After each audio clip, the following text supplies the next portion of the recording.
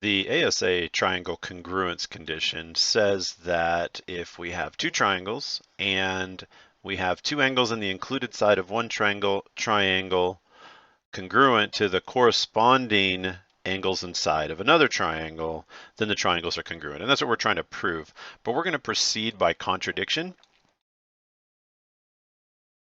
So first, let's just notice that we're assuming there are two arbitrary triangles and that the ASA triangle congruence applies to them, but the triangles aren't actually congruent, right? That's how we're going to proceed by contradiction.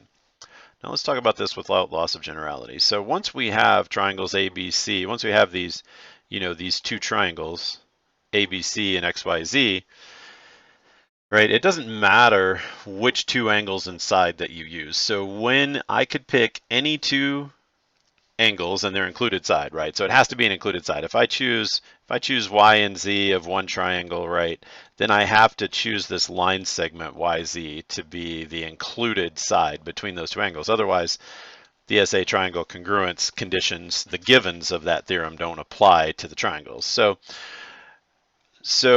the without loss of generality says that I could choose any two of the angles and the proof would be exactly the same, and that's true. Now, students tend to overuse without loss of generality. So what does it mean? It means the exact same proof could go through the exact same way, basically with just relabeling the points and angles and segments in the proof if I switch to other angles instead of A, B, and X, Y. So just make sure that's true. Before you do without loss of generality, make sure that it actually is without loss of generality. All right, now, if notice that, and we're always going to use the SAS congruence condition to get this contradiction, right? So we're always looking for this SAS, right? So let's look at what would be true. Suppose that we knew that BC was congruent to XY. Well, now all of a sudden I have side angle side and side angle side, and then my side angle side congruence condition would apply. Or if these two segments were congruent, AC and XZ, if they're congruent, same thing, I've got side angle side. So that's what this statement is saying, that, hey, because of SAS and that having either of those two pairs of sides congruent would force the whole triangles to be congruent, because that's true, we're going to have to assume that neither of those two pairs of sides have the same length. Next, we're going to focus on these two sides. And we're going to say, look, if this side, YZ, is not actually congruent to BC, then I can create some point, let's call it C prime, on the segment BC that has the exact same length as YZ, right? If this is true, then I'm going to put a C prime over there that will essentially make it true. So let's show that construction, right? So I construct the line BC, I put C prime on it, and I place C prime where it's the same distance away from B that Z is from Y. And it could be down here or up here, it doesn't matter. The only thing it can't be equal to is C. Okay, so it's just here a little bit off, matching whatever this distance YC is. And I know that the drawing can't really show what's going on.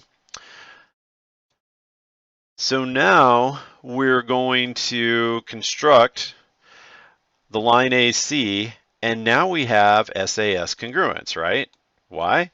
Well, I have a side AB, an angle ABC, and a side BC prime, C prime, sorry. And I have side angle side corresponding. So now I know that triangles ABC prime and XYZ are congruent by SAS. Well, that leads to a contradiction, right? Why? Well, because we have the corresponding parts of congruent triangles are congruent. What's that saying? Well, that's saying that we have congruence between AC prime and XZ. Right? Since these triangles are congruent, now I know that these sides are congruent, but hey, this contradicts the assumption from above. So there's our contradiction. I just want to point out that we often want to use the definition of polygon congruence, which basically says that the corresponding parts of congruent figures are congruent. We most often use it for triangles because we usually are using triangles inside figures to get congruence.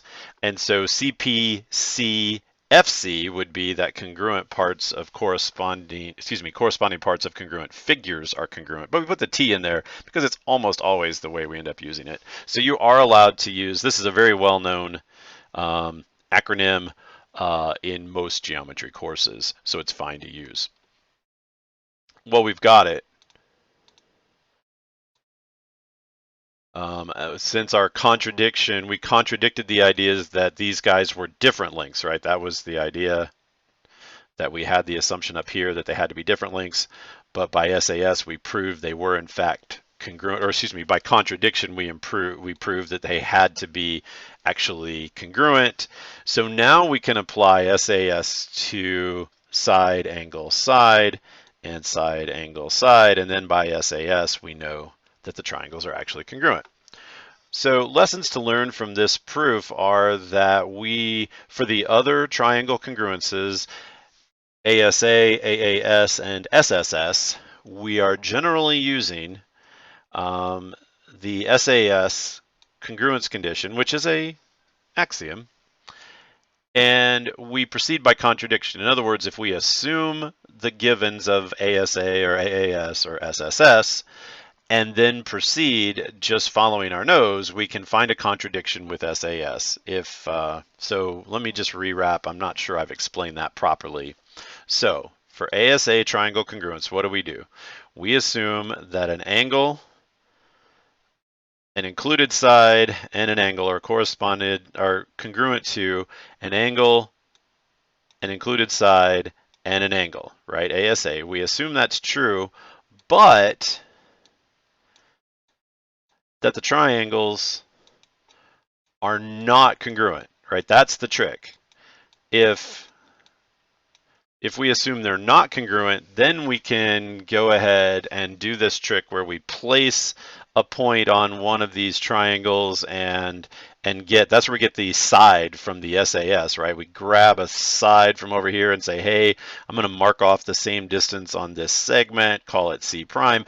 Then I can use SAS to get two triangles that aren't congruent to each other to be congruent. That's my contradiction.